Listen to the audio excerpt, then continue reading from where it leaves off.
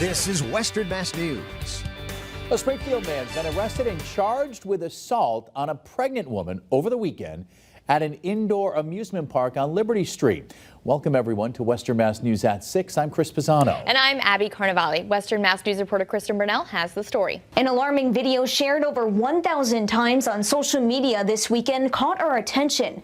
It appears in the video here that a man hit a pregnant woman with dozens of people surrounding at a nearby trampoline park in Springfield. According to Springfield police, 23-year-old Jose Cruz Jr. of Springfield was arrested on Saturday afternoon in connection to that altercation. He faces several charges, including assault and battery on a pregnant woman and disorderly conduct. According to Springfield police, Cruz was arrested after they responded to a disturbance inside the indoor amusement park Fun City on Liberty Street. Police say officers responded to the scene and saw a large crowd of adults and juveniles arguing. After a preliminary investigation, officers discovered that the people involved in the altercation knew each other. Now, we did reach out to the trampoline park Fun City for comment today, but we have not yet heard back. Reporting in Springfield, Kristen Burnell, Western Mass News.